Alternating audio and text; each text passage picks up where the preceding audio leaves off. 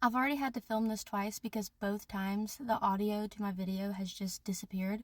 And I think that just shows that the enemy is at work and he does not want this to get out. But my family and I were reading through John chapter 7 the other day. And in John, up to this point, Jesus has already healed a man on the Sabbath, has already met with a woman at the well, and has already raised a young lady from the dead. Among, of course, many other miracles, like healing the woman that was bleeding for 12 years, turning water into wine, and so much more. Now, in chapter 7, there is about to be a festival that the Jewish people are celebrating, and Jesus has decided to stay back for a couple of days because he knows that the Pharisees are looking to kill him at this point.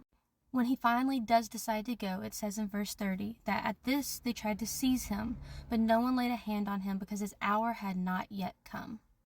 And I was reading this the other day, and as somebody with severe anxiety already, especially postpartum, this is giving me so much peace.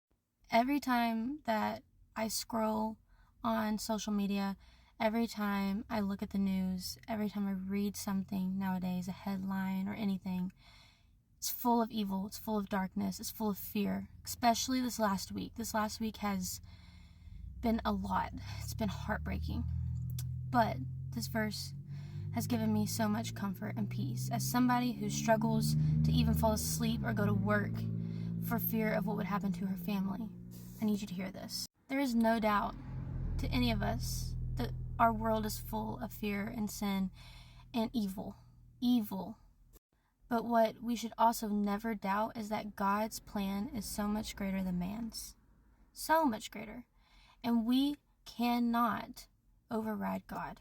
You know, if it was up to them, at this point the Pharisees would have seized Jesus and would have killed him right then and there. But instead, it says that no one was able to lay a hand on him because his hour had not yet come. His appointed time had not come. And the same goes for us. There's been so much heartbreak in the news recently, so much death and despair and evil, just pure evil. And again, I already struggled before with anxiety, with just worrying about even closing my eyes at night for fear of what would happen to my daughter. And I've struggled for a long time to lay things down at God's feet because I love to be in control. But we all know, as Christians, that we are not in control, only He is. And so this verse should give you peace. It should cover any fear that you have to speak out about the gospel. It should cover any fear that you have about your family, about your life, about what others want to do to you. Because despite wanting to seize him here and now, God did not allow man's plan to override his. We all have an appointed time. We just don't know when that is. It could be tomorrow. It could be 50, 60 years from now. We don't know.